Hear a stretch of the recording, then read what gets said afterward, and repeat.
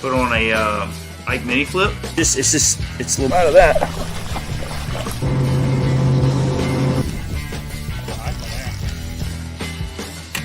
Good one on a frog. Oh my gosh, how big his mouth is. To be a 4-pounder, if that thing had a gut, that's like a 5 or a 6.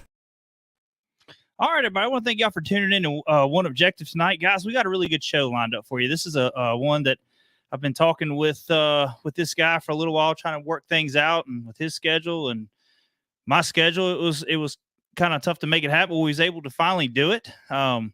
Super excited to get him on there, especially with all the forward-facing sonar controversy stuff that's going on, and just all the craziness going on. But, also to get him on and talk about setting up, forward-facing sonar with Garmin's, and kind of get his take on other brands and, just stuff like that. But I mean, it's the Garmin Guru. So we're going to mainly be talking about Garmin's. But like I say, just excited to get him on. We're going to go over just some setups, some common issues he sees, just all kinds of different things we're going to go over with it. It's so if you guys got any questions, if you got Garmin's or you're really thinking about dabbling into the whole forward-facing sonar and want to spend a little bit of money and get into it, or if you got opinions on what you think about forward-facing sonar, let's put them up here tonight. What's going on, Bob? Good to have you in here, buddy.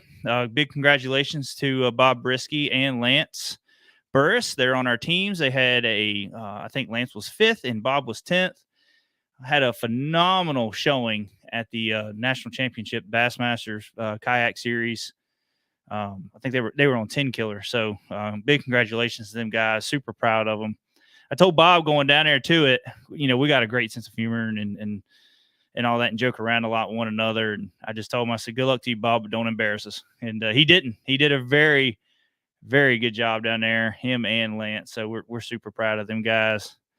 But yeah, he said 5 days into tinkering with it, I'm hooked on Garmin. That is, yeah, I told you you're gonna like it. So, but first, before we get into the show, I want to thank our sponsors. We got some really great sponsors that's helped us out along the way with this show. I want to thank Amped Outdoors. They're going to be, for what we're going to be talking about tonight, they're a good company to be talking about. They're just a phenomenal company that has helped with trolling motors. They help with graphs. I mean, they got a battery for basically any kind of setup, from bass boats to kayaks. If you like ice fishing, no matter what you do, they got a battery to cover whatever you may need. So I also want to thank Missile Baits. They've been supporting the show since day one. So I'm really thankful to have them guys by our side. John Cruz and Alex and Byron and all them other guys over there. They're phenomenal people, and they're always constantly coming out with something great, whether it's colors or, a new style bait or whatever. When everybody knows the Baby Destroyer is my number one go-to bait when it comes to flipping, especially we're coming up on bed fishing season. So candy grass and a watermelon destroyer, or Baby Destroyer, it's a phenomenal bait. I'm just telling you, make sure you tie one on. And then also I'd like to thank Waterland Sunglasses. They have a frame a lens for no matter what kind of conditions you're going to be fishing, whether it's a cloudy, overcast conditions, whether it's a bright sunny day, whether you got muddy water, whether it's early in the morning runs, it's still kind of dark, wear sunglasses. They got the bed fishers, they got the clear lenses. I'm telling you, man, they got everything you need. Any size head that you got, they got a frame for it. So make sure you go check them out. They support the show. So let's go support them. And for Waterland Sunglasses, you can go, it'll be a link in the description below after this that you can save yourselves 15% on your next order through Waterland Sunglasses. So just want to thank him, guys. So, but before we get him on, like I say, I want to talk about one thing real quick. We're trying to set up the next show. It's probably going to be like, if I can get things worked out with Bob, and maybe get him on Wednesday. I'm not sure. Definitely plan on trying to get Lance on at the same time, but we just got to see how it all works out and how it jives and all that. So just make sure y'all stay tuned for next week's show. It's going to be a good one as well. So, but let's go ahead. Let's go ahead and get the Garmin Guru in. What's going on, bud? Man, what is going on with you? How are you doing? Not too bad, man. I'm glad you had the opportunity to come on. Our schedules we both got kids, and there's a lot going on, and just trying to make everything work. Man, these little youngins, they don't ever stop. Unreal. I wouldn't trade it for the world, though. It's the best thing. It's definitely the best thing. It's fun with sports, and my daughter had a little musical tonight, so it was working out that I wasn't going to be out of town, or I wouldn't get in until later. So it was kind of like I was like, oh no, I'm going to miss it. But thankful it didn't. And like I say, your kids, they got sports and all that stuff, so it's just it's a lot, man. But like I say, wouldn't trade it for the world. It don't last forever, so take advantage of it every opportunity you can. Yeah, that's for sure. That's for sure. But I am ready. I mean, I've been waiting on this. I'm ready to talk about some live scope. I'm ready to talk about some stuff like that. I'm ready to go. So let's talk a little bit about, you are the Garmin Guru. Let's talk a little bit how that got started first before we kind of dig into this. How did that come about?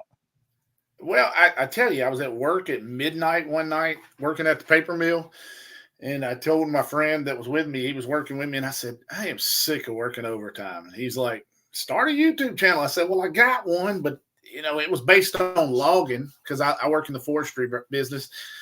And he said, well, you talk about your Garmin stuff all the time, and so do that. And I said, well, yeah, I'll do that. And that night we sat down and came up with the name and the logo. We made a logo, and the YouTube was doing okay. And then I kept watching all these Facebook pages, and people would ask simple things like, hey, is my orientation right? Or is this right? And all you would get was, smart aleck answers. Read the book. This gets asked 1,000 times. So I got three rules on my whole Facebook page. And we built a Facebook page, and it's actually probably bigger than the YouTube page. That you be nice and answer the questions. If you don't, you get kicked out immediately. There's no warning. We don't sell stuff on my Facebook page. That way you don't get with the fraud thing. Yep. And the third rule, which is the last rule I added, because it's a Garmin, pretty much a live scope page, that there will be no talk of live scope is cheating on the page. we just don't do it. And we've went from there, and we have some great discussions and a lot of great videos. But mostly, I just have the best group of administrators. They keep it straight. It's so big that I can't keep up with it alone. And I've got some great administrators that there's about 5 or 6 of them that, when I tell you they keep it straight, them boys is like state troopers. they own it. They're on it. And you need to, because you get on some of these groups. I'm part of the regular Garmin, just the regular Garmin live scope stuff, man. Some of them guys, like, I do understand sometimes some questions are self-explanatory. I get it. But instead of just not saying nothing, some of them get very, just smart aleck. It's very irritating when you're just trying to figure out something. And go ahead. If you got, like say you're at 30,000 people? There's 32 almost on the Facebook and 25 on the YouTube. I kind of do my videos geared toward new people. And with so many live scopes out there now, a lot of them are used. A lot of people buy them used from their buddies. And they don't come with all the instructions. They don't come with all the stickers on the mounts and things like that. So a lot of people, and I'll be honest, a lot of the older people, they don't have a clue what they're doing. They looking at a video and things, they don't know. So I will say that we provide, and we provide help a lot of times. Whatever the question they're asked, I have almost 1,000 videos on YouTube. I've got a video for just about every question out there. I've made one. It gets a little interesting trying to make videos now. Like I had a video the other day, we talked about, I see a lot of people talk about, when they're getting a bad picture, click it up. I've heard, you've heard that. So I did a test. I wanted to know if it actually improved the picture, what it did. And it's a 2-part test. We haven't got to the second video yet, but improving the picture, I found that it just doesn't. Actually, it degrades the picture. It seemed like it got worse with the one click up. But those kind of things are people ask all the time, does the one click up work? Or, what is focus? That's a question people ask. That's an answer. You see that all the time. Somebody comes into pictures back, adjust your focus, put it on 142 or put it on 23. when focus is a unit to unit setting. Yeah. It's a unit to unit setting. So there is no standard number for what focus could be or should be. And so it's hard for when I see those answers, I go, that's not the right answer. Because a lot of people just don't understand what focus is or understand what a lot of the things are. Mm-hmm. So that's just kind of how we do things on the page. We try to guide people to the best video or the best help that we can give. And that's even to people that are listening, if you decide to start a YouTube channel, that seems like you can go do stupid videos and get millions of subscribers but I don't like that kind of stuff. For me, YouTube is a learning platform. It's not I do like some entertainment. I have some guys that I like to watch, like Millennial Farmer, or, like yeah, I love him. Yeah. And it's something that's out of my, cause I don't farm. I can't farm. I don't have the opportunity to do it. So it's like I live vicariously through this, and I enjoy his content because it's funny too. It's great content. So, but when it comes to YouTube, most of the time I'm on there to learn how to do something or fix a problem that I have. And it seems like people that have YouTube channels like that seem to be a little more successful because it seems like you're on a whole nother personal level with your followers when you're like that. Right. And I'll tell you, I try to do 2 or 3 videos a week. When I first started, I think I did 2 a day, just trying to get my videos into the algorithm. And then, I've kind of backed down to 2 or 3 a week. And then I have what we call the Live Scope Masterclass, which is like a 2-hour class or 2 hours of video put together. It literally explaining from start to end, Live Scope, what the settings are, how they make, with visual references showing, like if you use a high gain versus a low gain, what they do and how they make your picture react. And that video has been viewed almost 125,000 times, and it's a 2-hour video. So we do a lot of those. And then once a week, I do kind of a vlog, just to keep it fresh and keep people talking, and we talk about something that happens in the fishing industry. It could be anything. Yeah. It could be some new equipment coming out. It could be we talk about the classic or the red crest, just whatever's, relevant for that week. And this week has been a very, very interesting week in the fishing world, and then the forward-facing sonar world for that matter. Yeah. And we're definitely going to get into some of the controversy and the comments and the crap that you see every time that you open your Facebook page up now. Yeah. We'll get into that here in a little while. But let's kind of dig in a little bit and just kind of talk about, because I know you're more Garmin. I'm not going to get into too much other electronics unless somebody asks some questions or something. But for you, what is the number one issue you see with people coming in new to Garmin or new to forward-facing sonar? When it comes, they put it all in. What it seems like the number one issue there is out there right now when they first cut that system on? I think it's not knowing. They go to adjusting every setting out there. They tinker with everything, and it's okay to tinker with your settings and to learn them, but you need to know what you're doing. Don't go jacking up noise rejection to clean up the picture without knowing what it does. Don't jack gain up thinking you're going to see more without knowing what those adjustments are going to do.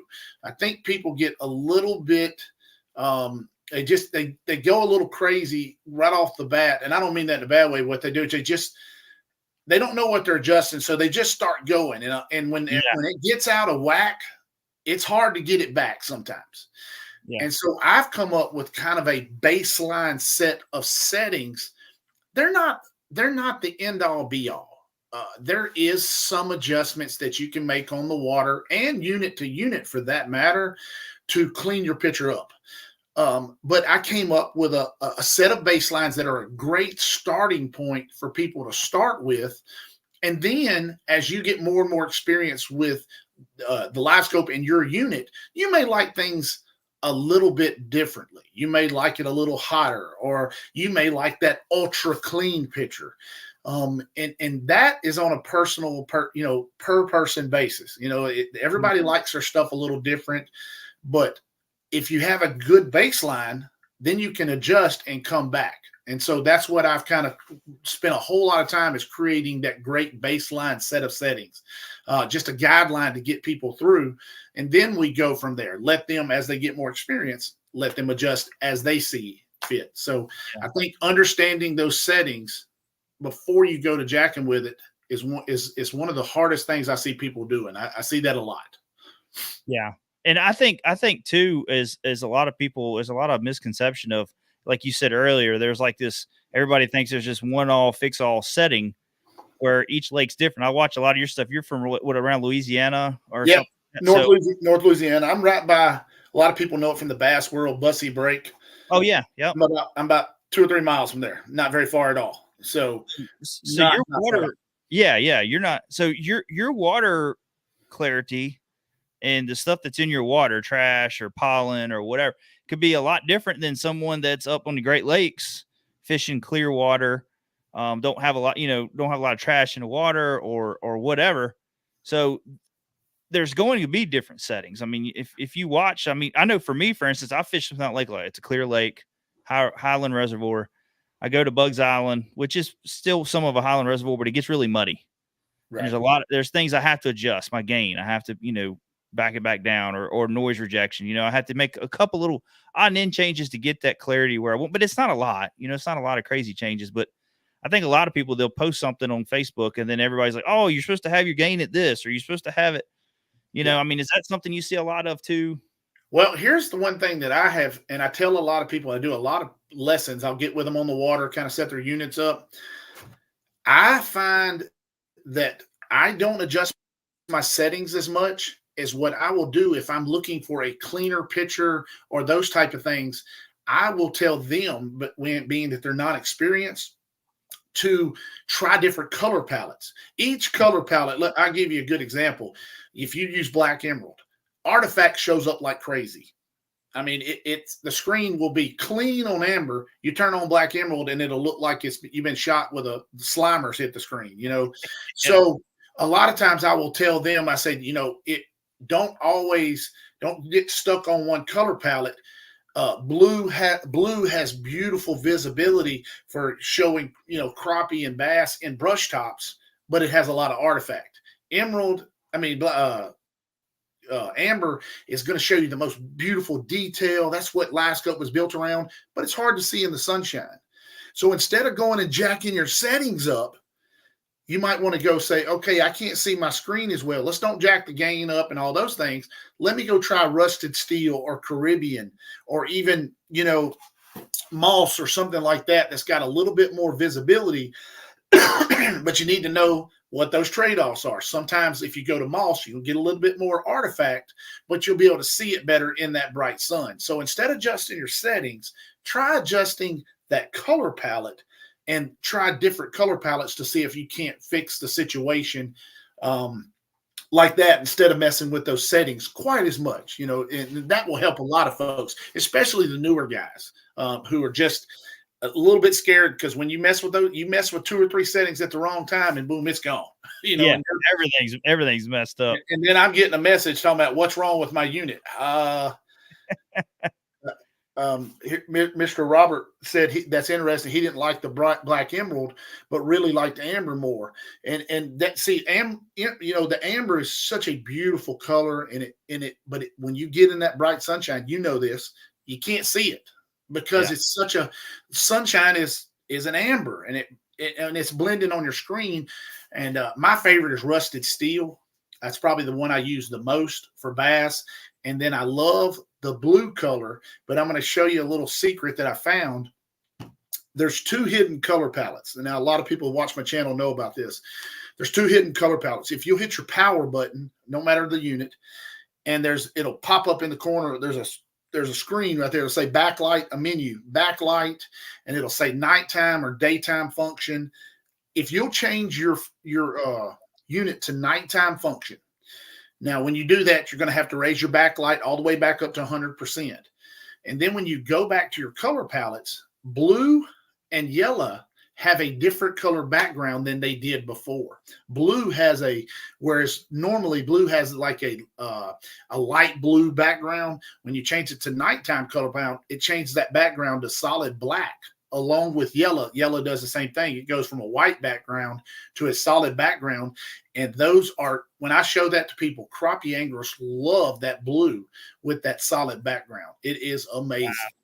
I never even knew that. Try that next time out. Yeah. Steven said that he said I never would have thought of changing the color. Yeah, I to be honest with you, I never did either, because I always have my colors that I like. I have like right. I like that. I can't ever think of the name of the colors, but it's like that green, that fluorescent green, moss or black emerald. It might have been. It's actually black emerald. That's what it is. Right. And then I'll go between that, and then I do go to that rust color, and I love rusted steel. It's excellent for that open water bass fishing, the open water crappie, because they pop. Those fish, they have that good black background, but whereas amber is just that yellowish color, where rusted steel has that kind of a rainbowish look to it, and the fish pop. Another thing with blue that I have found, blue, when it has a strong return or intensity, will have a red interior.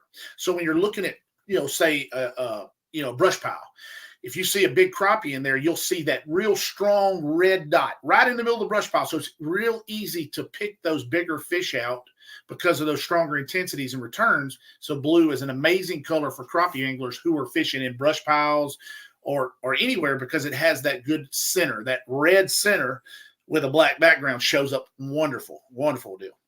Wow, that's a lot of good information. That's what Stacy Jordan says. Very cool information. I got one question here I want to get to before we dig any more. This guy, let's see, Gustavo, want to know, how is the new Garmin 1062? I haven't seen any of those yet. I hadn't seen the 1062. Yeah. I know there's a new 1643s and stuff like that. There's some units I haven't seen yet. So I wouldn't even be able to lie on that one. I should have just went with it and said, "Oh, that is a fantastic unit." I have it. I use personally, what I use is I use a 1243 at the console. Mm-hmm. And then I use an MBT up front. I use the Destroyer. It's a 16-inch, and I like it a lot more than I did, because it simplifies my setup. I had got to where everybody else was, 2 or 3 units, and I was like, this is an information overload. Yeah. And the MBT is a 16-inch screen. So if I want to put the map over there, or I want to put, perspective, I do it a lot. I put forward on top and perspective on bottom with a split screen. That's a good little way to hunt. And then you just tap that forward mode when you get locked into a big fish or something like that. And it just simplifies life a little bit. And I really like that. The MBT is a nice unit. It's a real nice unit. He did a good job with these. I'm glad he stuck to it. I haven't had the chance to really look at them good. I've just seen, video and the pros have them and all that. Is there much delay? I mean, how is it dead on? Like, I mean, it's pretty, you know what I mean? Like, absolutely zero delay. There is no delay whatsoever. You can sit at the console and take your fingers and wrap around it. See, here's the way that works. Like, I've got a unit. It literally uses the processor from the 1243 and then displays it up onto the screen of the MBT. Very similar to what people do with big screen TVs and ice huts and things like that, using the HDMI cables and everything like that. But it is a touch screen unit. You can touch it, whereas you hook it up to a TV, you can't touch the TV and move it. You can. This is a touch screen unit. All the functions work. They work perfectly. So you can make all the adjustments you need. The only thing it's lacking is that processor, and that you piggyback off of your Garmin unit and use the processor from the Garmin unit. So it works. It's seamlessly, and it's. I'm gonna tell you, you can take one and put them in the same screen. There is no delay. There's no delay. That's cool. I really looked at those because I got, like, say, I got an was it the 8612? That's a great unit. Yeah, I love that. That was our first unit we had. Really, I mean, I had a 93 SV on my kayak, and then we ended up buying an 8612 for the bass boat, and now we got the 106 SV, I think is what it is, or 12.6 SV. It's a 12-inch graph. 126. 126. Yeah, 126. That's what it is. Yeah. And that's what I got. I'm running my perspective mode on, and then I got the other one on my forward face. You know? So yeah, see, like I said, that's become, for the price. You can take an 8612 and add a 22-inch unit, and have a 22-inch unit up front, and just, I mean, that's what I did. I simplified it because I know what I like to do. And like I said, I'm not on here trying to sell one of those for you, because I bought mine just like everybody else does. So I just like the unit, and it helps simplify it. But one of the things you were talking to me before is, and I would love to. I wish people had some questions. Shoot me some questions here, but we got some coming through here in just a little bit. Yeah. But what was you saying? And we'll get to. Well, one of the things we were talking about is, and we were talking about, like, what does somebody do when they first get their unit? How do they learn? One of the things that I thought that I learned about, and me and you had a little laugh today about that first little video I put out. One of the things that I think people I suggest is to go out without a fishing pole, without a rod, and just learn what you're seeing. Go up to a boat dock and look at it, and start learning what a boat dock looks like, and then look at some fish, look at a boat ramp in perspective mode, and learn this stuff. Because when you're fishing, once you learn your unit better, you won't be messing with the unit as much. You'll be fishing more. And I think so many people go out there the first 2 or 3 days, they get frustrated because you see the unit, you want to play with the unit, but you want to catch fish, and then it becomes frustration, and then you get mad, and you get upset with it. And so once you learn your unit, just take you a couple hours without any rods and just learn about it. It's going to teach you a few things. Distance-wise, you don't know how far stuff is on water. That's a big deal. And learning that, you don't know how far things are, and you can't. One of the things I've told so many people, the one statement that Papa made that was true. Remember when he said, "Sit down, boy, you're scaring all the fish." Shucks. It is true. I mean, you can take your foot and stomp it on the floor of your boat and watch over a brush pile or something like that, and watch every fish in the water column spread. Yeah. I mean, just a simple dropping something. And stealth is so important. Boat control and being quiet is so important with live scope. I think boat control may be the most important thing out there. And it's these boys that are crappie guys are excellent, probably better than I ever thought about being with boat control. Yeah, exactly. Let's get to a couple questions here, and then we'll dig into more. Sure. Bob said, do you use a screen protector on all of them? Do you recommend screen protectors? I do, just because I'm super clumsy and I'm scared I'll drop something on, you know what I mean? But like, what is your thoughts on screen protectors? Yeah, I had a couple, and I had a couple of the ones, the anti-glare I had, and they get annoying to me. And I end up peeling them off because I don't like them. And I've had several different brands, but I have seen good results and I've been lucky not to hit it with a tungsten jig. Yeah. You hit the screen with a tungsten, there's nobody to fix them. Trust me, I've been on every page, and if there's somebody to fix them, I don't know them. So it's probably a good one. I know Russell Marine makes a couple excellent screen protectors. So definitely they're a good investment if you're a little clumsy, but if you got kids, you better get you one if you got kids, because they'll be slinging everything off them screens. So that's actually a great question. They don't affect the functioning of it. I just didn't like the way it looked on my screen. I felt like my screen was crisper with it off, but I know Russell Marine makes some now that are just, brilliant. So you can't really tell the difference. So I said, get them for real. Yeah. The Russell Marine. So we tried, we were being cheap one time, and at first we bought some off Amazon and put them on. Junk, garbage. I'm telling you, the screen looked horrible. Right. It almost looked like it made it look blurry, And then we got the Russell Marine ones, and it almost like it made it look clearer or something. I don't know what it was. It was just something different to it. And I really like that one. Yeah. Yeah. You just, like I say, you just got to make sure you put them on, take your time, put them on right, make sure your screens are clean, all that stuff. So, got Adam Patron in here. Hey, Adam, hope everything's going good, man. I know you've been overseas, so hope Well, you're, thank you for your service. Yes, thank you. Absolutely. This one says, kayak fishing, do you recommend a separate battery specifically for the forward-facing sonar, or can you run other mapping monitors off the same battery?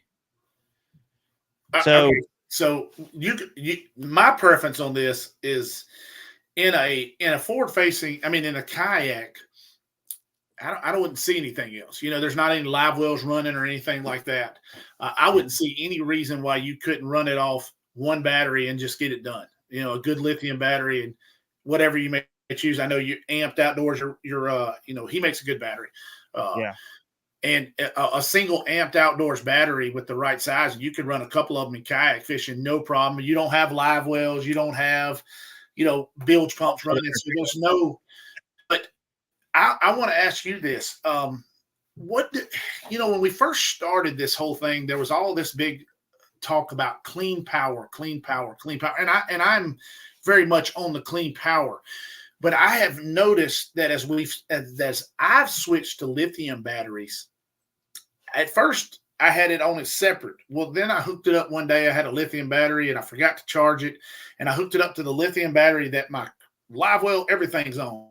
Lithium batteries to me seem like they don't have as big a problem with interference.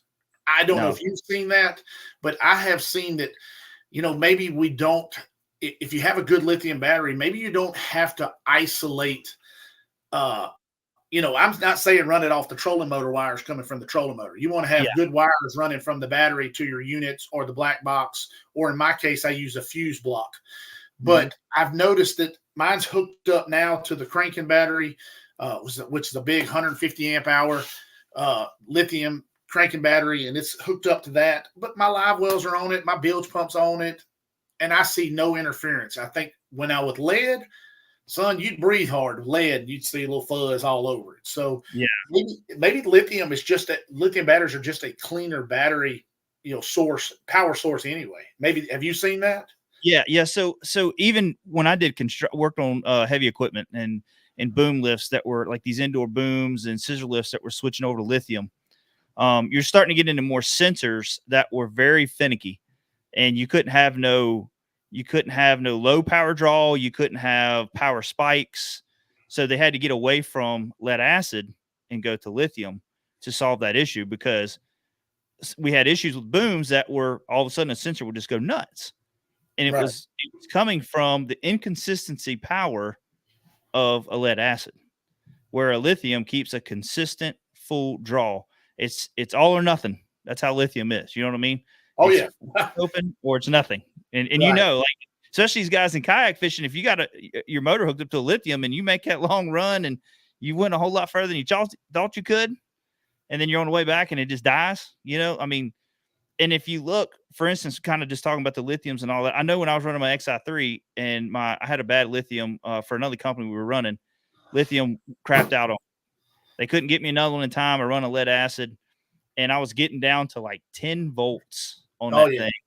Yeah. And the motor started acting funny, like, because everything is off sensors, and the GPS runs off certain, it's got to have so much voltage for that to work properly, and it just went nuts. I ended up having to paddle the thing back because it was scared me. I was going to, tear my boat up. So, but getting back to it, the main thing is clean power. It starts there at the battery, and for us, even in kayaking, this is what we've been doing. So I'll run, anywhere between a 100 or 60 amp to 100 on my graphs, depending on what graphs I'm going to have on my boat and how many I'm going to have. But since I switched to just one big Garmin on my boat, I've been running a 60 amp hour with the box and the graph running off of that. And that's my GoPro running off of that. That's my nav lights. The biggest thing for us is getting the power from the battery to the graph, and we run big cable. We run 8 gauge marine grade. Yeah, it used to be 10 gauge. That was when it first came out. Everybody suggested 10, but there's a lot of power. You can't go really wrong with 8 gauge, the marine grade wire, and it's got that coating on it, going to keep it from rusting as bad. That's pretty important. So, I think that's I think clean power was is easier with a lithium battery because like you said, you don't get those dips like lead acid. You turn it on and it starts this. Lithium is real, and then when it dies, it just dies. No warning. You got about 2 minutes, and it's there. Yeah. It's just gone. Let's see. He asked a question here too. Processor for the Panoptics. This is when we were talking about the NBT, and you was talking about the processors in them and all that. But he's talking about the processors in the actual graph. Okay, so yeah, that's right. Right. So the black boxes run to the graph, and then you run an HDMI cable to the NBT, and then you run it's a little coaxial looking cable. You run it to the graph, and that's what operates the touch. So essentially, it's screen mirrors, but it does allow you with the touch to operate it. So if that makes any sense, it's just a glorified processor at this point in time. Yeah. So that's the best way to explain it to me that I know. But I tell you what, after having it, it's far cheaper to get into a 16 and 22-inch graph with Garmin for $11,000. Yeah. You can get into that for what, $4,000, something like that. So and if you've got a 1243 or any of the 8600 series GPS maps, you can get there. And just by buying the MBT graph. This is the guy that was asking about the graph earlier. He said, I'm looking at a Garmin 106 SV with the GT56, looking for my grandson Toby. That's actually not a bad unit. That's a good unit. That's the new transducer. If you actually catch, I don't know if Bass Pro Shops still have them. They were having their spring sale, which was the GT50. What was it, the 54? 54. Yeah. You could have got that for a really great deal. I don't know if it's their spring thing still going on or not, but I mean, if you can get the 56, I mean, it's the better transducer. Well, I've seen a lot of people have. Here's like the 54 comes on the Force, the Garmin Force trolling motor. The left side of that, I guess the port side of that transducer goes out more than any transducer I've ever seen in my life. I've had 3 54s. I had 2 from 93s and 1 in my Force. The Force, I literally plugged the Force into a unit and the left side was out. The 56 whatever that problem was, they fixed it, and it's a much, much better fish finder. My buddy Max Gordon, he does a lot of those tests. He has a great page, a YouTube page, and he does a lot of tests with side imaging and down imaging. And he has some very, very good side-by-side comparisons of the 54 and 56, where you can just see that better detail with that 56 that you just couldn't see, especially further out, where the 56 really shines when you start getting out in those further distances away from the boat. Yeah. Let's see. Dale says, how do you feel about perspective mode on the 32? Very little time with it. Didn't seem worth putting in effort and the time. I think your OV34, it's just a clearer transducer. I think you'd be a lot happier with the 34 in perspective. I think the 32 is great for forward facing. I mean, you can still see. I mean, I fished with that for a couple years, the 32 for a couple years, and it was clear, but you'd be surprised at the big difference in the 34. I didn't think it would be that big of a difference. Well, I agree. I agree. The 34 to me is just leaps and bounds above the 32. I know a lot of people still religiously use the 32. A lot of crappie guys say they can judge size better with it. Here's the crazy story. I didn't realize it was that much of a difference until I got back on a good friend of mine's boat, and he had a 32. And we went out one day, and I had forgot what it was like. It had been a year or two since I had the 32 in my, really played with it and fished with it. And I was like, wow. I mean, it was that much difference. It really was night and day difference. And perspective mode is just unreal with the 34. 32 is serviceable with the perspective, but you're not going to get the detail that you got that 34. It really is a much better unit, especially in perspective mode. Yeah. Getting back to this guy, he's like, so what do you recommend then? I mean, if you can get something with the 56, get it. I mean, it's your budget basically. I mean, if you want it spend a little less, that's up to you. But I mean, if you got the money, I would recommend the one with the 56. I'm sure you probably agree on that too. I mean, the latest and greatest is normally the best when it comes to that. Let's see. Let's get to another one for you. Here's one right here. What was the reasoning for Garmin EcoMap to not use the same securing mechanism as the power cable for the transducer cable? I guess he's talking about like maybe the screw in. Yeah, I thought. Oh, you talking about they're talking about the cradle type deal?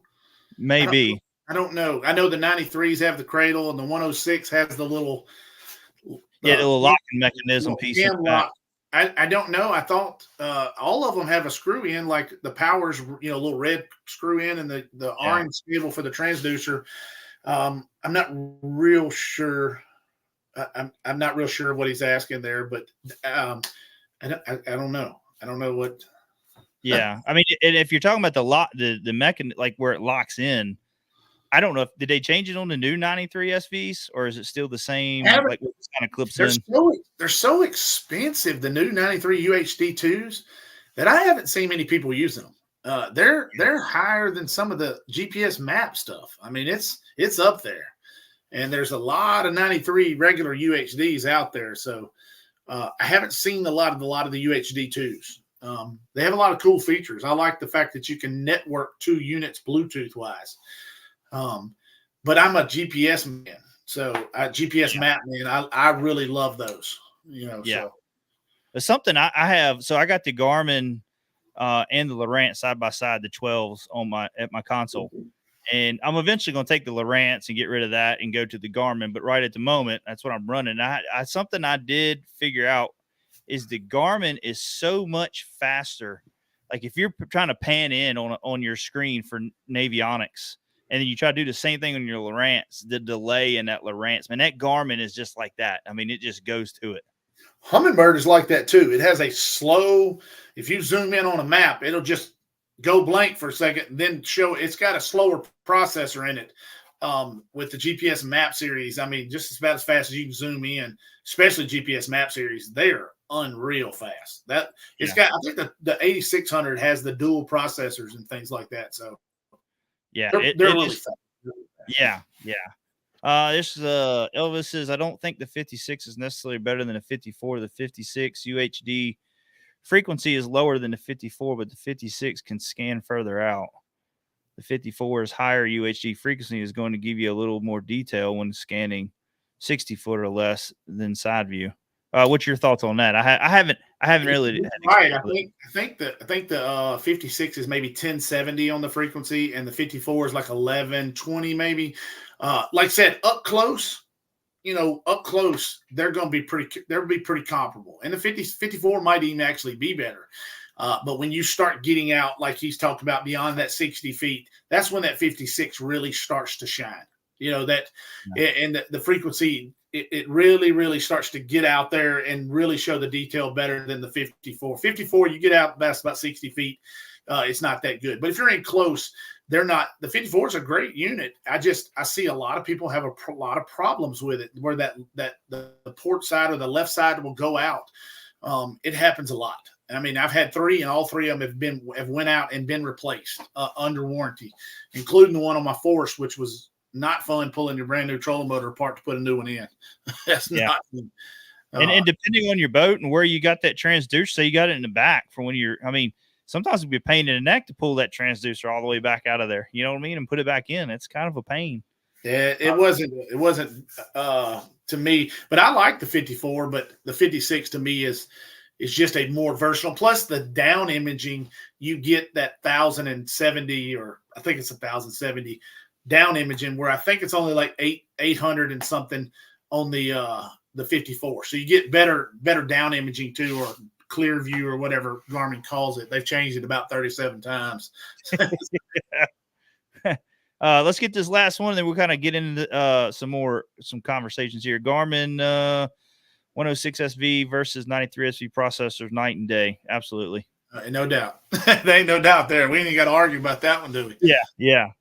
But so, we've talked about some of the common questions and all that, and I kind of did want to get in. That was actually one of the questions, but when it comes to, like, say, running wire and getting that clear, getting that clearer picture, what do you see as some of the common issues that most people don't understand? Like, I know we talked earlier about wiring, but when it comes to, let's before we get into that, what is, you see all these other wiring harnesses that are out there. That's these high dollar wiring harnesses and all that. Do you think it's necessary to have to go to that stuff, or just run bigger gauge wire?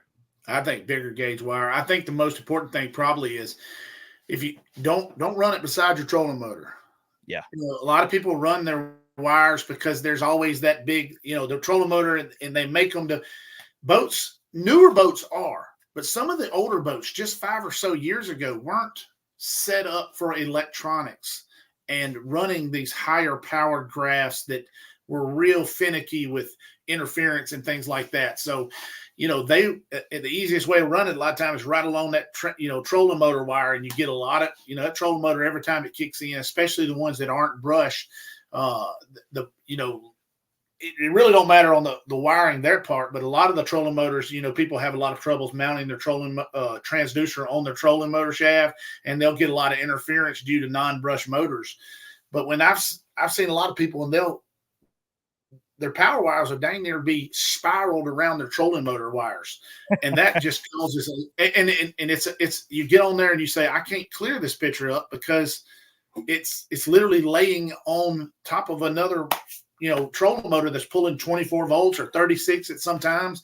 And man, it's just a lot of interference. So you want to run them as far away from other stuff as you can. I mean, it's not always possible, but that's why it needs its own separate wires. But I'm not a big believer in like the C clear harnesses and things like that, but I'm not going to knock them. I mean, if somebody want to give me one, I put it in my boat and be proud of that thing. Well, you'd see me wearing a C clear hat. So I love it. I love it. Best thing as ever. Boy, you'd have to bring me back on, and I'd have to tell you a good story. That's way better, man. Yeah. I think they, and I'm not knocking them. I think they tried to simplify it for people that don't understand wiring as much and all that, because it comes already pretty much done. You can add pieces here and there for more graphs and all that. So I think they tried to simplify it for people. I mean, it costs a little bit of money, but it's a lot of time in putting that stuff together too, as well. So, but let's talk a little bit. So we talked about wiring, and I've talked with the guys at Amps. I've talked to, a few people when it comes to lithiums, but the biggest thing after I seen for a while was the voltage to these graphs. Everybody felt like they had a 16-volt battery, and that was a fix all. And I want your opinion, because from what I've heard, it's kind of like a Band-Aid. I have seen no noticeable difference from 12 volt, 16 volt, 24 volt. Now, I'm not an electrician, so I can't tell you exactly. I wish there was some people that was, the electrician that would probably give me a better understanding of this. I've seen no difference in 12, 24, and 16. I think Russell Marine Products had a study where they did 12 and 24 and could see no noticeable difference. I haven't. I'm not. It does, or it doesn't, but I haven't personally seen it. You'll see the voltage police. You post a picture and it say 10.7, son. The voltage police gonna get you. Yeah. You see it on my page, boy. You better not let nobody post a picture and say, "What's the problem?" and it have 10.7 in the screen up there. Lower voltage doesn't necessarily mean the unit's going to start, like just fall on its face. But I've noticed as you get down in those, back when the lead acids, when I used them, they start getting down in voltage and your screen starts getting glitchy, starts slowing up. That's because the processor's not getting that consistent power. 16 volts, 12 volts, I haven't seen a difference. Not saying it does, but I haven't done any testing, a whole lot of testing. I'm just going off some other people's testing. If I had a 16 volt battery, I could put it side by side, maybe, but I can only go from, I've never tested that. That's one thing I've never tested, is to try 16 versus 12 to see if it's actually a better picture or anything like that. I've never tested it, so I can't actually tell you it does or doesn't. I've just watched other people's tests, and I see no difference whatsoever. So And just from what I've talked to people, and like I say, none of these people I'm talking to now, the battery people I have, but like some of these guys that have run it and all that, they seem like from what they said, the biggest thing is the clean power. The 16 volt, if you don't have good clean power, is kind of like a band-aid to help with that. Oh, okay. Yeah, that makes but, sense.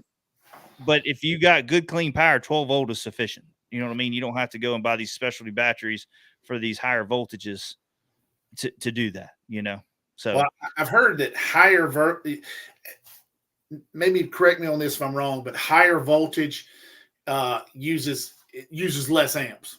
Does that make sense? Like, yeah, higher voltage, less amps. I'm not an electrician, so I think that's what I've been told. So you get the higher voltage, so it runs a little bit less amps. So it may run a little cleaner like that. So it actually may last a little longer in terms of that, because just using less amperage. I don't know that. That. I've heard that's why the 24 volt trolling motors and 36. So they a little bit more efficient with the 36 over the 24s, because it's the higher voltage which draws less amps. So maybe that's part of it. Maybe that's part of it. But that's a little bit beyond my area of expertise. I promise you that. Yeah, and that's why we always talk bigger wires, because it's your amp draw. It's your amp that's if you go to a lower wire, it's harder to it actually raises that amp draw. You know what I mean? So it's pushing harder to get through there. It's more of a restriction. You go to the bigger wire with that marine grade stuff, which it flows better. You think of it like water. You know what I mean? Right. You got a lot of pressure over here, and you got this small little wire. If you cut a small little pipe, and you cut the end over there, it's really gonna be high pressure. It's like a pressure washer. But if you get the bigger wire, you got water over here, and you open it up, it's just gonna flow out. You know what I mean? It's just gonna be a steady flow. It ain't gonna be like that pressure washer of just super tight. And what it can do is it causes more heat in your wire when you're drawing more amperage. It's just like a trolling motor. If you go down to, let's say you got 8 gauge wire and you go to something really small, the wires will get hot. They'll melt if you run too small a gauge on a trolling motor.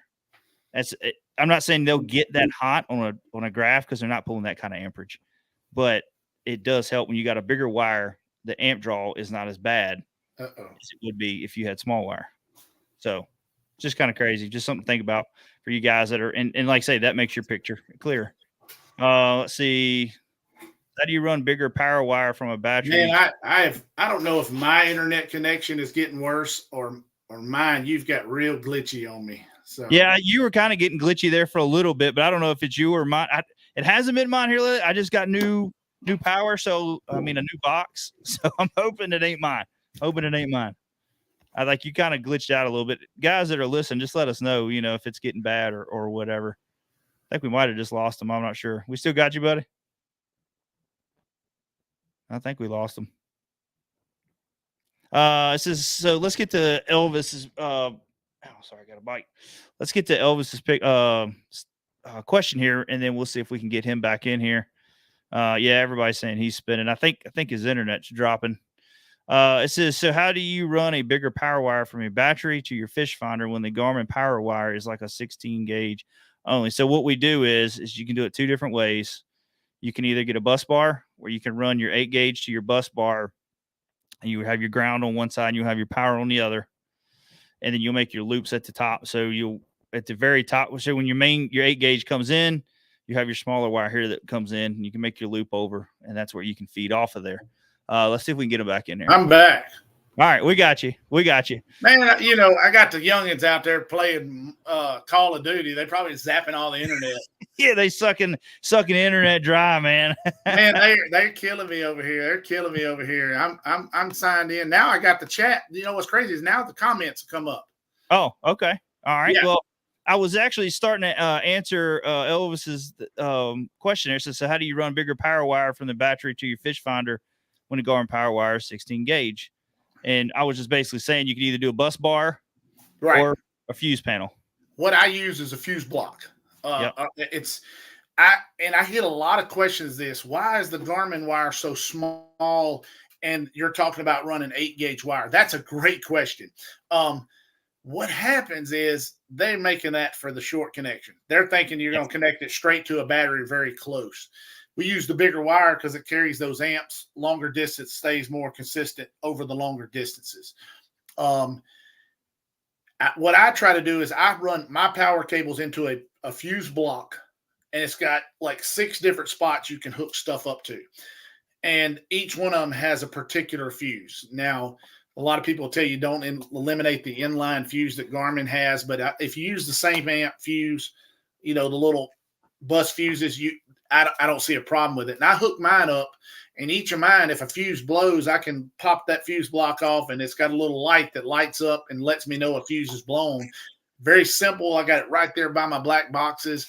Very simple, and just makes it quicker if you're on the water to replace those fuses and get it going. I think it's, anytime you can get it closer, the closer the battery is to that black box, the better, if possible. That's why a lot of them put them up in that front, put them at the front boxes and things like that, stick them a lithium battery up there. But if you do have to run it long distance, 8-10 gauge marine grade wire is a minimum, so that helps. Yeah. One other question he's got. So on a kayak setup, do you still need 8 gauge wire? Setups usually run. So for us, and I'll let you comment on that, because your runs are not far. Like you said, if you're, for most of the time, like for us, you're running you got a 14-foot kayak. Most of your runs are going to be 12-foot, more than likely, depending on your kayak setup. So we still run 12 gauge. So what we do, like you talked about earlier, we got our trolling motor on one side and we got our power for everything else on the other side. If you watch a video we did Bob Bariski's PA14, and we go in there and we go in full detail of the fuse block, of the FPV setup we did, all that. But yes, we still run 8 gauge wire on there, just because, hey man, we like clean power and we always overdo it. So I think if you're in there running wire, wire is not overly expensive. Don't cheap out in that spot. There's ways to cheap out in other things, but I don't believe that is the spot that I would cheap out in. I'm going to use the best wire that I can get my hands on. Yeah. Don't cheap out and run, 14 or 16 gauge wire just because it was $6 or less per spool or for a roll. Go ahead and get the 8. Spend the money on. Those are important things to spend the money on. Batteries and wiring are very important, especially in the live scope type deals, and any sonar for that matter. They draw a lot of power goes through them. So, and those little wires, they get hot. they get hot. If you got little bitty tiny wires and a lot of power trying to go through there, and live scopes draw a lot a lot. So yeah. So what? Quick question for you: when you do your live scope boxes and all that, do you have a separate switch for them to cut them off? Or absolutely, absolutely. That I've talked to people and they'll say, it doesn't. A lot of people think it doesn't have. It has a parasitic draw. If you leave it out 2 or 3 weeks unplugged off the battery charge, you'll come back. You'll know. Yeah. Yeah. The best way I found out that was I have some batteries that have a Bluetooth monitor that you can look at your phone.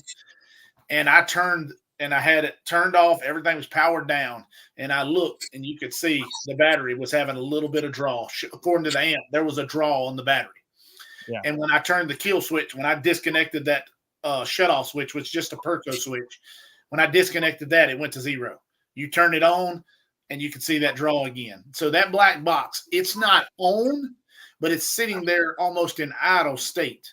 And then when you turn your fish power, the fish finder on, then it sends that, that signal to go ahead and power the black box up. But it always is sitting there on, waiting to go, because there's no on-off switch, particularly on the black box. So it's going to be sitting there on standby the whole time. Yeah, absolutely. Absolutely. So let's kind of dig in. So, I mean, I think we've kind of covered everything. And if anybody wants more detail of like getting very intuitive and all that, you can go check out the Garmin Guru. And I'm sure if you comment on some of his videos, he'll get back to you. Or you can go on Facebook and check out Garmin Guru's what do you call that? Group page. Yeah, you can inbox me. A lot of people inbox me. I get, matter of fact, there's probably I got 3 or 4 right now. Yeah. And I use it may take me a day or so to get back. I get tons of messages, but I will get there. Heck, we're having a big giveaway on my page right now. I'm not going to tell you which video it's on. It's one of the last couple videos, but if you're subscribed to the YouTube page, I usually do giveaways. I've given away live scopes, live foots. I've given away fish finders. I've given away fishing trips. I give it away when we hit a milestone. I usually try to have some kind of giveaway. This time we're giving away something. I'm not going to tell you what it is, but it's in the last video or two. If you watch it, you'll see. So, so we do that. We have a good time. I try to reward the listeners because without them, there ain't no Garmin Guru. You don't get to see that without those guys. So, I try to reward them for what they do for me. So, absolutely. No, that's great. Yeah, make sure y'all go subscribe to his YouTube channel and go follow him on Facebook and all that. So let's kind of get in. I think I got most everybody's questions here. I hope I didn't miss anything. If I did, ask them again down here in the bottom. We'll once we get a break from talking, we'll go ahead and throw them in there. So it's a lot of controversy going on out there in the forward-facing sonar. It's to the point of where you say, I think I said it on here earlier when we was talking, that you hate to even open your Facebook page up sometimes because you're like, what kind of crap's going to go on? I mean, the Hank Parker video come out. Randy Blockett's got videos that are coming out. I mean, it's like, gosh dang, man. I mean, how? But I think the Hank Parker video really ruffled some feathers, and I had a response to it. Yeah, and I want to hear your opinion on it. And if y'all haven't watched it, make sure you go watch it, and then kind of listen to what he has to say about his opinion on Hank Parker's. Let me just get your opinion on Hank Parker's video about the forward-facing sonar. First of all, I love Hank. Great Christian guy. He's a great guy. I mean, I've watched the show forever. We all have. We've watched this show, and I think what he said was, and he said he wasn't going to do it at first. He wasn't going to jump on a side. Then he jumped on Randy Blockett's kind of his side of limiting, I guess on the pro scale, limiting or banning it. But on the high school side, he wanted to, because some people didn't have the money to get it. He wanted to ban it from high school use. He thought it was something you could ban. And I think those are all very slippery slopes in which we play. I kind of feel like he was good at heart when he made the comments, but and I've taken a little backlash for what I said when I said I think he's kind of being hypocritical in this type of deal. He has $100,000 bass boat, $100,000 vehicle, $25,000 worth of electronics on his boat. We're talking about a guy who has pushed an electric reel. And he had a reel that reeled for you. Yeah. And he has talked about 360, the Lake Master map cards, all of that. And now all of a sudden, live scope is too much. And I think you have to look back at bass fishing has always been about, pushing the envelope and pushing the edge and learning things. And I've seen many, many arguments. The narrative changes a lot. It's bad for the fisheries. It's not professional if you do it. It takes no skill to do it. It's expensive. The narrative changes from day to day, week to week on why they dislike or whoever may dislike live scope. But here's the thing. You don't have to use it. If you don't want to use it, don't use it. And if I know a lot of people say, I don't want to use it, they just go down the bank doing their thing and don't use it. Yeah. But when I said he was being hypocritical about it, a lot of people attacked me personally and said, hey, you don't like high school bass fishing. And I said, no, that's not true. I just don't think you should outlaw it or ban it on the high school level just because some people can't have it. He said that, it'll be 50-50. Some people have it. And I've talked to a lot of people and they said it's about 50-50. Some people have it. Some people don't. And I think if you ban something just because somebody's good with it, that's a slippery slope. Just because people complain about live scope and you say, well, okay, we're going to ban it because 50% of people say they can't have it. What do you do when a team walks up and says, well, I don't have a bass boat? Do you ban boats and make everybody fish off the bank? Fishing is a sport that every child should get to do. No doubt. I want every child to get to do. But tournaments, that's always been that's a separate entity in itself. Yeah. Even for the best fishermen in the world, breaking even in the tournament series, breaking even fishing tournaments is right there. If you break even, you've done good.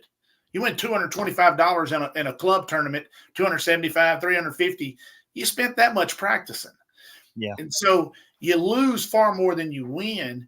So, so it's a break-even sport, and it's always been a sport, for better or worse, for people who have, you're always the have and have-nots. Mm-hmm. I don't believe anybody should be able to not fish tournaments if they don't want to, if they can fish tournaments. But banning it because somebody doesn't have it, I think that's a slippery slope. Because if you're young, this is a great example to teach kids that if you don't have something, go out and earn it. Sacrifices have to be made. You can mow yards, get you a weekend job, save up your money, and go buy you a live scope. They sell them used. Most every unit on somebody's boat, every unit on everybody's boat, there's some kind of brand that has Humminbird, Lowrance, Garmin, has a unit that is compatible with most everybody's fish finder on their boat.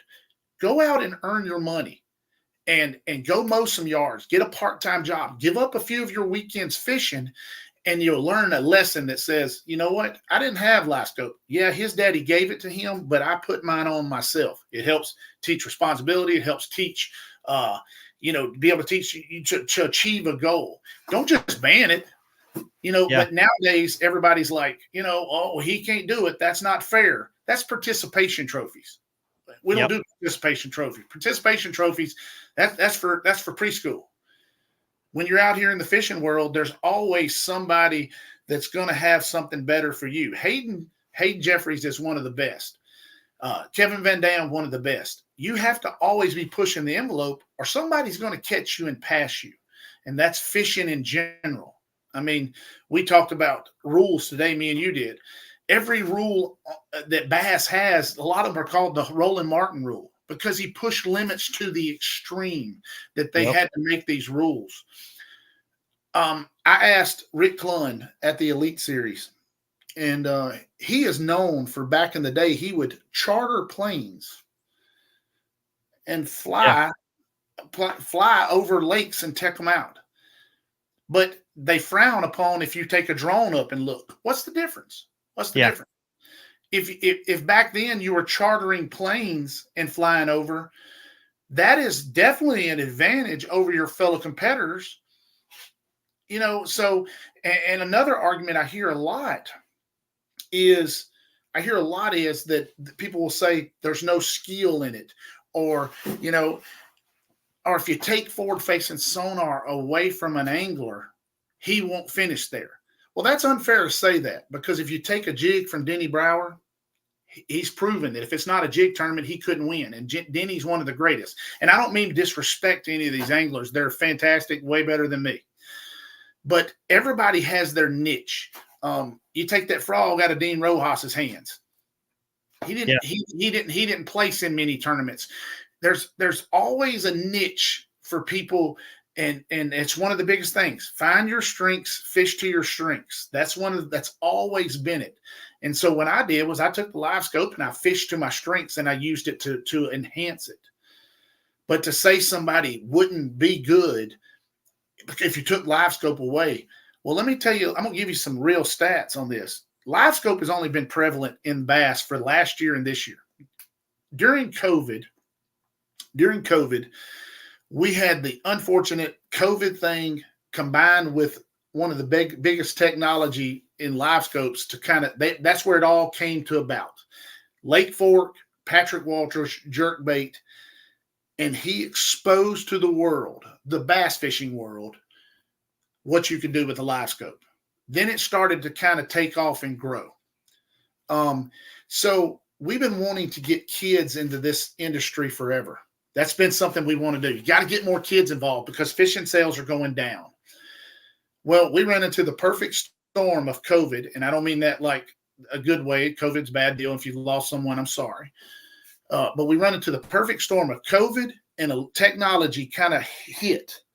And then all of a sudden, Bassmasters on TV on FS1.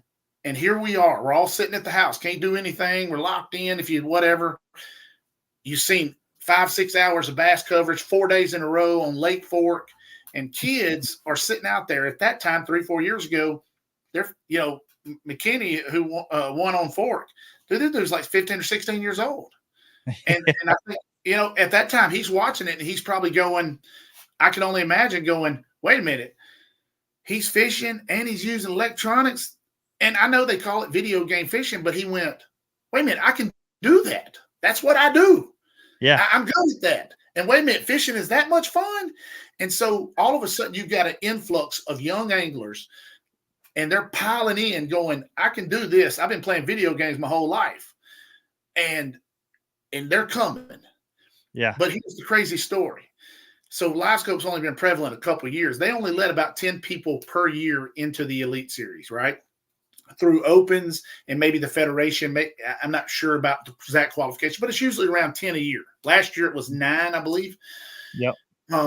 So you have an influx in the last 2 years of 20 anglers. That means there's still 84 anglers in the Elite Series that were there before the young guys started coming in. There's 84 anglers. Well, these guys in that open, they saw it and they recognized it. They went out and learned it. And gained the knowledge. And those boys in the Elite Series, the older crew, great fishermen, they sat back and rested on their laurels and thought, this ain't no big deal. This is just like every other little passing fad. And then all of a sudden they got busted in the face with it. And now they're like, oh, gosh. Oh, my God, I'm not ready. It's too late now. These boys are 3 years ahead of you. Yeah. And so, yeah, that's right, Bob. 9 from so 10. Yeah, great. Yeah. So now these boys are 3 years behind catching up. And so it kind of shocks me to think that they would, they're really starting to rumble and grumble about it because they say it's taking the skill out of fishing. It's taking the skill. Well, I've got real Elite Series anglers on video when I interviewed them at Lake Fork telling me, and you've heard this a lot, everything we knew about bass fishing was totally wrong. I'm Absolutely. Not saying that. So was the skill that you thought you had for the last 5-10 years, is that really skill? Or was it just kind of you getting like an educated guess? Myself also, an educated guess and hoping we kind of get lucky. So we're learning that maybe our skill wasn't as much skill as it was a lot of luck. It's shallow water. They're not going to be in 2 foot of water. I mean, it's cold. It's not 2 foot of water as much. But we found that they roam far more than we thought they did. They don't follow navigational routes quite as much as we thought. Big fish are like big bucks. They just wander out through the open water. And here's the crazy story. It don't matter if it's 35-degree water or 100-degree water. If the shad are in 7 foot, that's where the bass go. But we thought that for years. We thought suspended bass were uncatchable. And so we've learned all this stuff. So to call them guys unskilled, I think is a bad deal. I think that's it's disrespectful to those guys. Just like I don't think that Denny Brower is not skilled. I think he's just as skilled as the rest of the guys, but everybody has their niche. And when your niche lines up, you win a tournament. And when your niche doesn't, so if those guys that had that great skill, if they would learn some of this newer stuff, maybe they would be pretty bad. Maybe they could put it all together and then they dominate them young guys again. If they took some of that long schooling. But that's just my take, because I don't think it's. I don't like people using an excuse of that's why. Stop using forward-facing sonar as an excuse. Learn it. Now, if Bass decides to outlaw it, I'm not going to change. It's not going to change what I do. It's not going to change me because I don't fish Elite Series.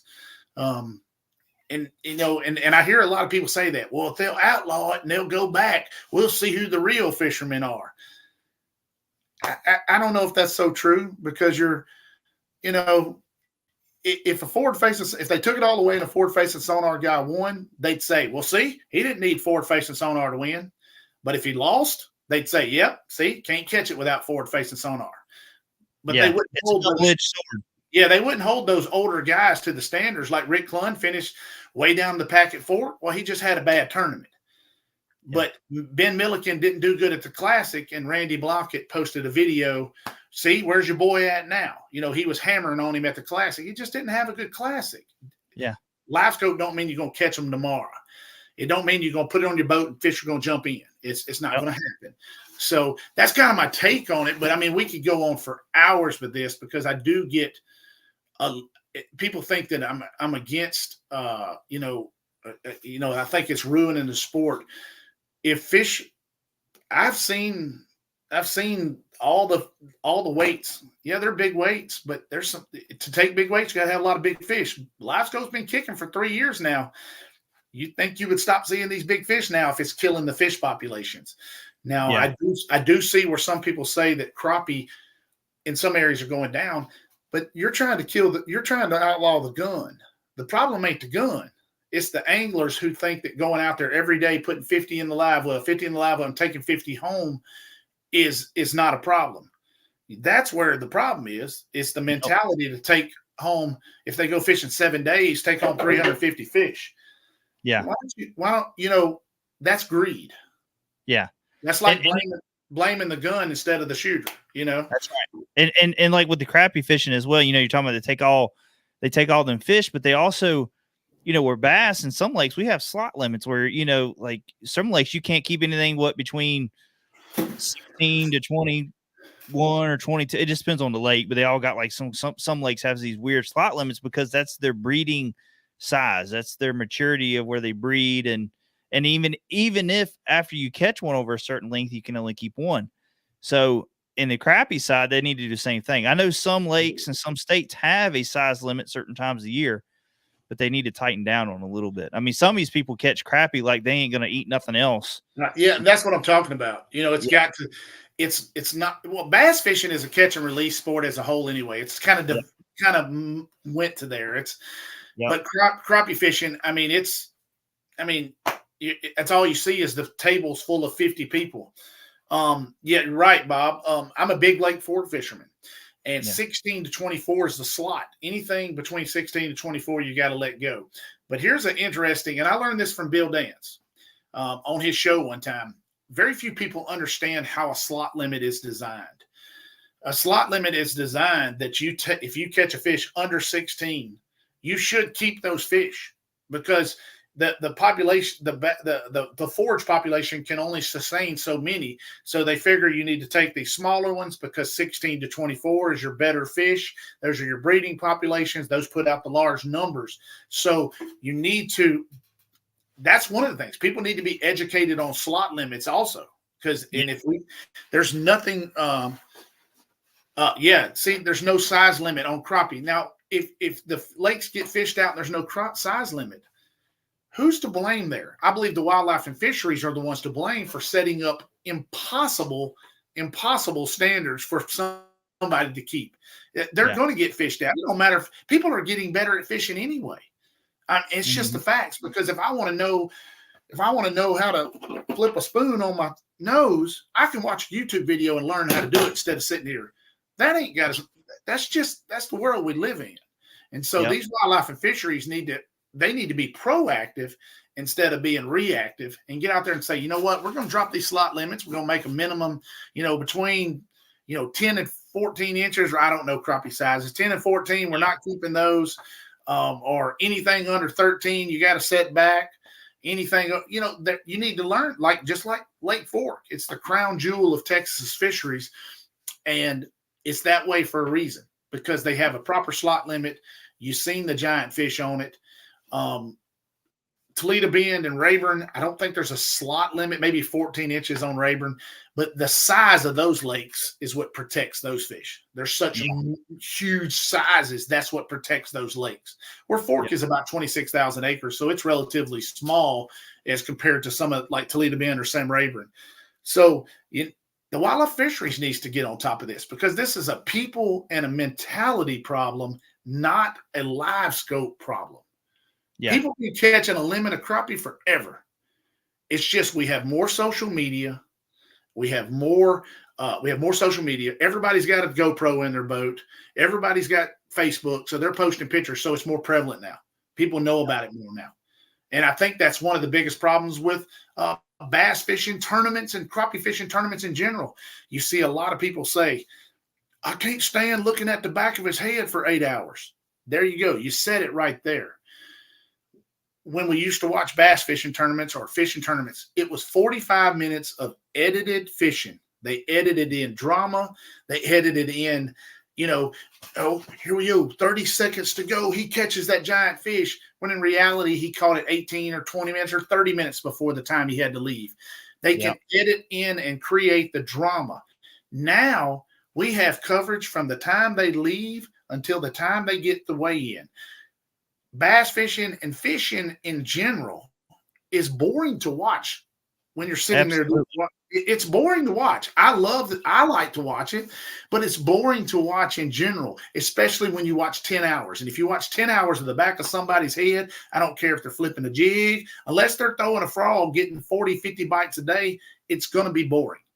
Yeah. I mean, it don't happen that way. Cause like say you would, I didn't mean to interrupt you.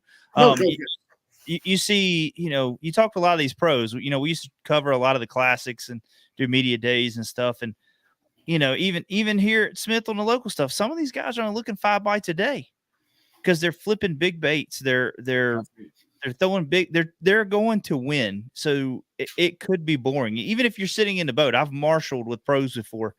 And sometimes you're just sitting there like, holy, you better go to sleep. You're like, this guy's got to catch something sooner. We'll go to sleep. And then boom, he catches one, and you're like, he's like, all right, I think I'm on something. And then go a little while and boom, he catch. I mean, sometimes they only catch 5 good fish and it can be boring. Right. And if you watch the classic coverage, even live scope has increased the catch rate, but my gosh, the classic coverage was so boring that they showed more video of the inside at the expo than they did of the fishing. There were times we watched 30 minutes of expo and I'm like, I don't care about this because there's nothing to show. So I think the problem is we're a victim of our own success, in terms of that. We wanted more coverage. We got it. Now you don't want what you got. Yeah. I don't know where else you're going to put the cameraman unless you put him on a floating pontoon in front of the other boat. You're going to get the back of his head. Yeah. And I posted a picture on my deal one time. It was Greg Hackney looking down and Ben Milliken looking down. And I simply stated, one of these guys is skilled. The other guy is a clown show and bad for fishing. And I said, which one is which? They look exactly the same. Yeah. What's the difference in flipping a jig for 3 hours or 10 hours for 5 bites? It's the same thing. It's just that people, the people that are so, if you hate it, it's probably because you don't have it or you don't want to buy it or it just doesn't, it's not for everybody. And that's everything in the world. But I don't think you should outlaw something just because you don't like it. Like me, if I don't like Chinese food, I don't go to the Chinese place. I don't want to outlaw the Chinese place. Yeah. I love Chinese food. But now, it was really disappointing kind of getting back towards the elites for when I think it was Toledo Bend that they were at. Which was it? Toledo Bend? Yeah. I think it was Toledo Bend. Well, it was either Toledo Bend or Fork where Ike and Ellie comes on. I think day 2 of the tournament after they realized that it was like 33. It had to be Fork. It was like 33 pounds that was leading. Yeah, that was Ike. Yeah, and he goes on and talking about I'll die before I use that stuff. But yet you go in there and you watch their YouTube stuff and they talk about live scope and they promote it for Lowrance or Humminbird or Garmin and these baits that are specific for live scope and all that. And then they go in there and fuss about it, and the thing that gets me is they have it on their boat. Jason Christie's one of them. But, there's an article about Jason Christie and Bassmaster about being stubborn. And that once he goes in and say he's on a spinnerbait bite, he's going to roll with that bite all the way through the tournament. He doesn't make many changes. He says he's stubborn about it. And that's what gets me because I'm a big fan of Jason Christie. I like the way he fishes. It kind of resembles like what I like to fish. Yeah. I look up to them a lot for it. But I'm also like, dude, you have so many YouTube videos about live scope. Them guys were whipping your tail on live scope, and you didn't even go out and try it as much. You stayed on the bank the whole time. Yeah, you know? that's where I say something about skilled anglers.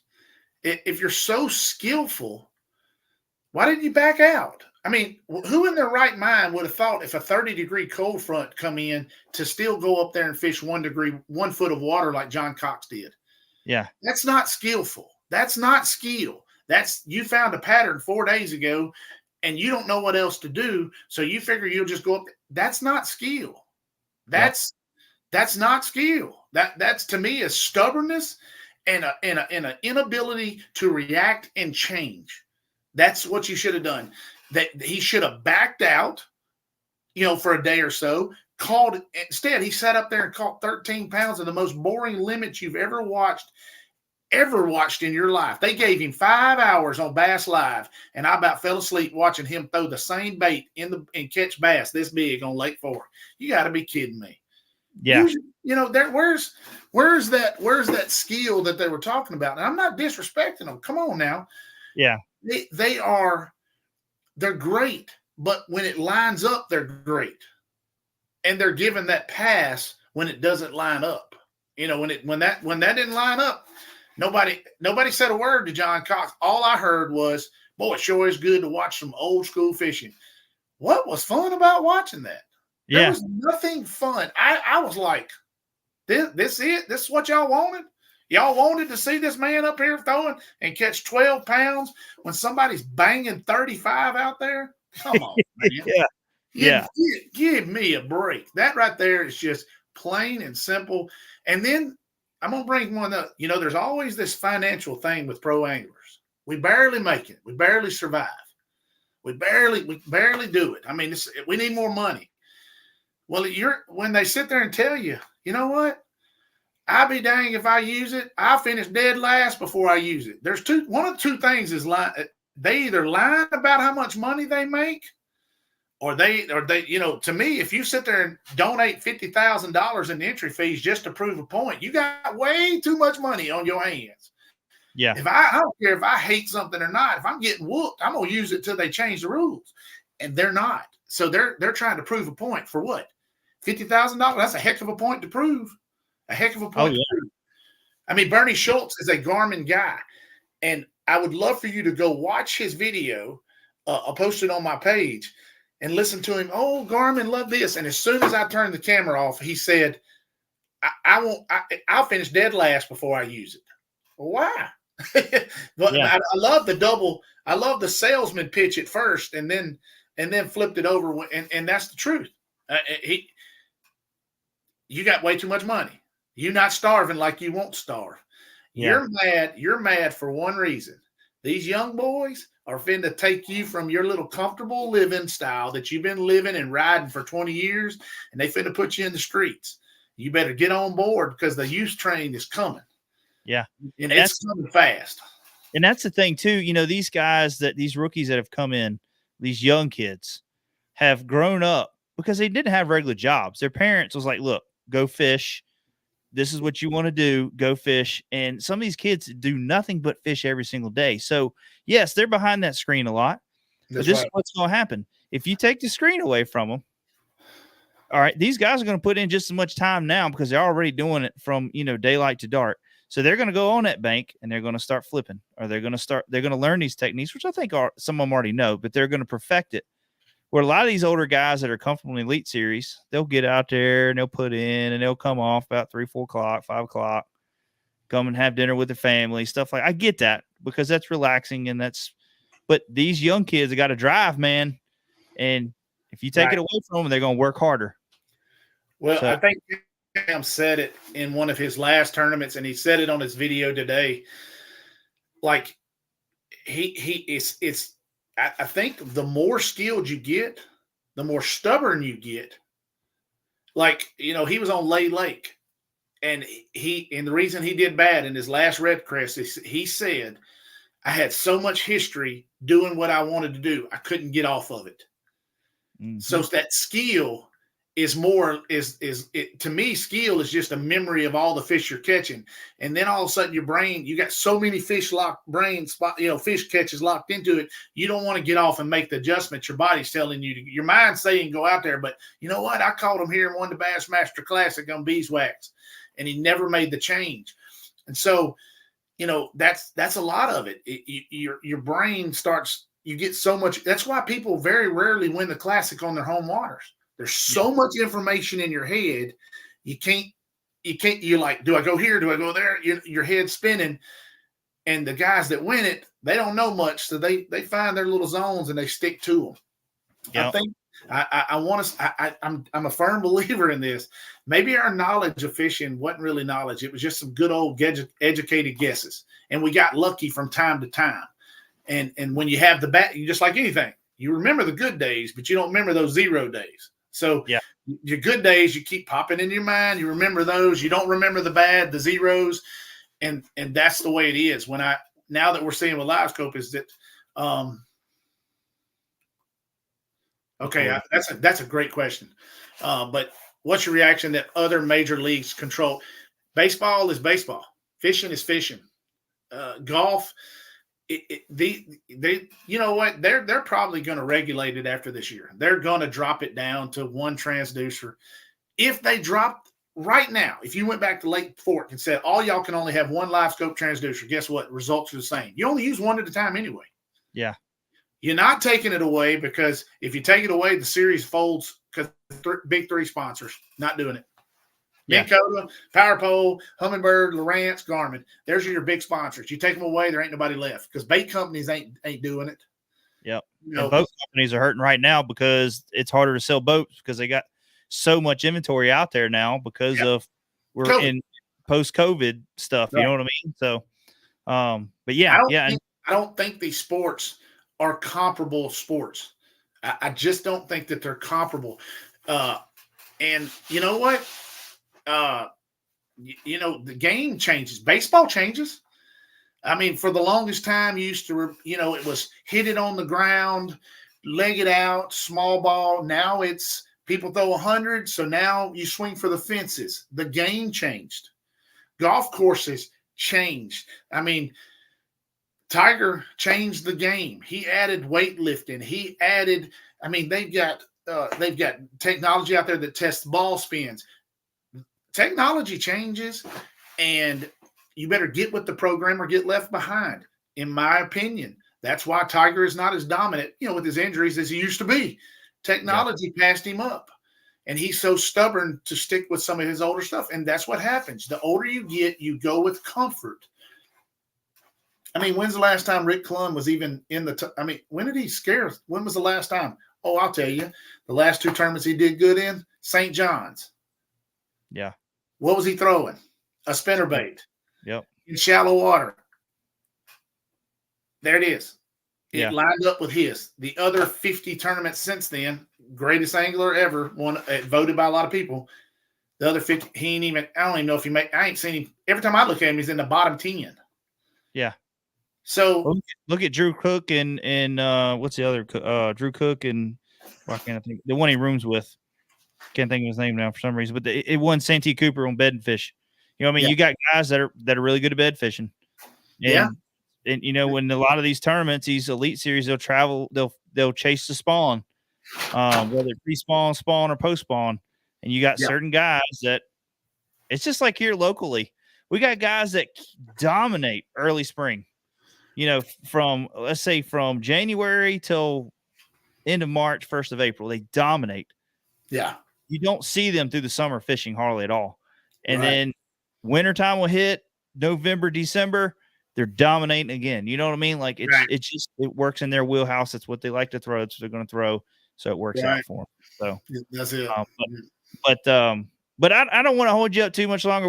We've had some really good conversations, and hey, we should do it again. Because I said, I enjoy it. I enjoy talking about fishing, and there's a lot of subjects we can cover in this, and this is a good broad. And I had a great time. I appreciate you couldn't get me on here. I'm anxious to see. And anybody that's got any questions or wants to follow up, just hit me up on my Facebook page. Inbox me. I answer every inbox, and So I enjoy it. And look, we're having a conversation, but Yeah. I always want to tell everybody this: we're talking and we're discussing it. We're having you don't have to agree with me, or you can agree with Hank, or you can agree with anybody, but fishermen need to stop. The problem we're having here, in my opinion, is we're fighting among ourselves as fishermen when we ought to be having a discussion and moving on. We can, if we can be, you can straddle the both sides of the fence and not just, and stop fighting among each other, because everybody that wants to outlaw fishing and hunting and all these sport hunting like that, they love what they're seeing here, because we're dividing among ourselves and things like that. So you don't want to divide among yourselves. You don't want to get the hunters and fishermen fighting each other, because those PETA and all that stuff, they love that stuff. They'll start biting, getting in on it. And if they get their little claws and stuff, they'll jump right on. And all of a sudden they got professional anglers that support PETA, professional hunters. They're crazy like that. So we need to stick together as fishermen and hunters. And before I go, I want to say thank you to my wife and my kids. And I want to thank God, because none of this would be possible without him.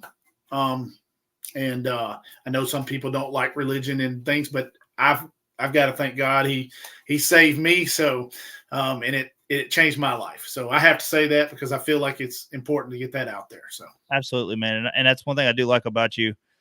Is I have a Christian background as well. I like to, don't get me wrong, I'm not the perfect Christian. None of us are, you know what I mean? But I say things sometimes that I shouldn't say, but when it all comes down to it, I want to thank God for everything we do, because like I say, none of this would happen without him. You know what I mean? With the opportunities that we're given, the doors that are open, and the people that he puts in our lives to keep this going. You know what I mean? Absolutely.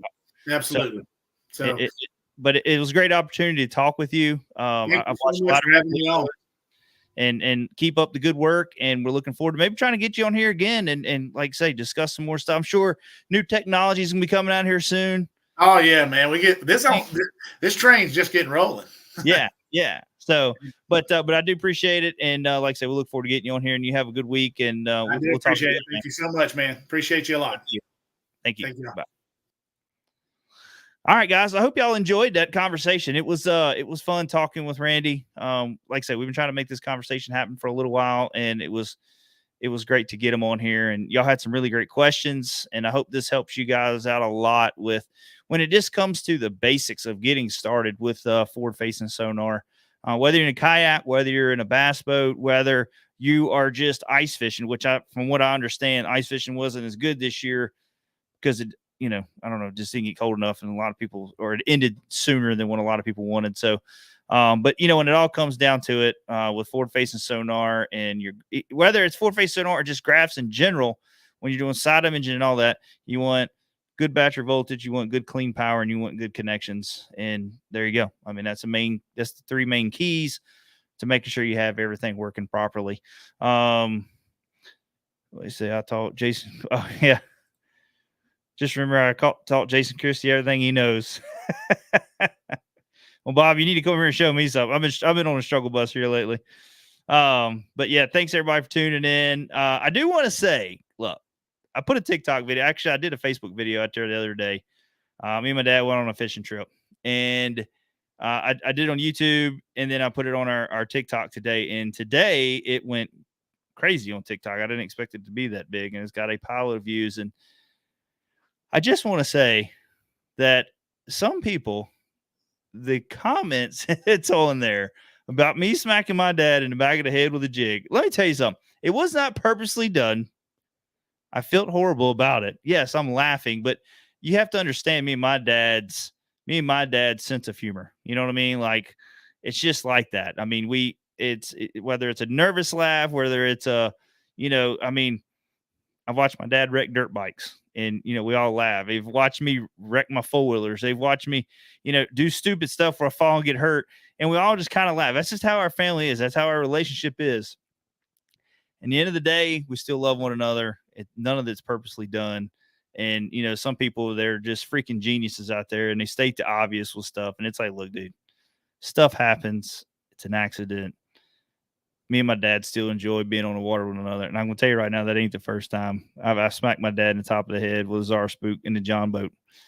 You know, it just lost kind of where I was at when I was casting. You get in the moment, you know, when you're fishing and you see something, you go after it. That's kind of what happened. And it's just, you know, just how it goes. And, you know, some of the comments, man, people just act like I purposely did it, or, you know, I'm an idiot because I casted like that, or he's an idiot for being up in the front of the boat with me. Look, if you look, a lot of team tournaments, guys fish together like that sometimes just so they can get the right cast or whatever. Yes, my dad most of the time fishes in the back of the boat, but he come up there, he was looking at something on the live imaging. He made a cast at a target he seen that he wouldn't have been able to cast to if he went to the back of the boat at that angle, and it just happened. So anyways, let's see. Hey, Josh, just discovered your company. Love the whole products and the way y'all are so family oriented. It's a great, it is great and an honest way to present yourself. Can't beat, honestly, mate. Yeah, I appreciate it. Yeah, we try to be, that's what I try to be, man. Family first, always most important. Actually, it's God, family, and then the rest of this, you know what I mean? So, love my family, whether it's taking my kids out, my wife out, or my dad, or friends and all that stuff. So, but I really appreciate everybody that tuned in tonight. You guys are some great supporters, some great listeners, and we love you all for it. This show will be up tomorrow. I think I hope it'll be tomorrow afternoon when I get it up. The reason is I'm going to go upstairs and go to bed. I'm going on taking my father-in-law and my son on a striper fishing trip, a guided trip. Never been on a striper guided trip on Mount Lake. We're taking Wicked Striper guide service out, and we're going to go out and try to get my father-in-law some stripers and my son some stripers, and hopefully we catch them. So we're going to see. I'm excited to get out there. I'm going to take some pictures. Stay tuned on our Instagram and Facebook. If you haven't yet, guys that are still here, 5 of you that are still here, and guys that are going to be listening on the podcast, please go hit the subscribe button on our One Objective Outdoors channel. We're growing it. We're very close to 1,000 subscribers. I think we're at 828 subscribers. I love to see it boom. If you could tell your friends, share it with your friends. We got some good content out there. I mean, we've been going out there fishing. Have we caught some monsters? Not really. I mean, we've caught some 4s and a couple 4s here and there, but you know, we just been on a struggle bus a little bit in the tournament side, trying to get limits. And I don't know why it's like that in the last, since fall till now, but anyways, you know, just go ahead and check it out. Hit the subscribe button if you like what you see. You know, hit the like buttons on the videos if you don't mind, if you watch them. And like I said, we're just trying to grow that channel. We want to grow One Objective Outdoors, more family oriented stuff, hunting, camping, all that stuff. So make sure you go check it out. But other than that, guys, we will talk to you later, guys. I'll see y'all later. And like I say, share your fishing pictures with us on Instagram, Facebook. Talk to you later. See ya.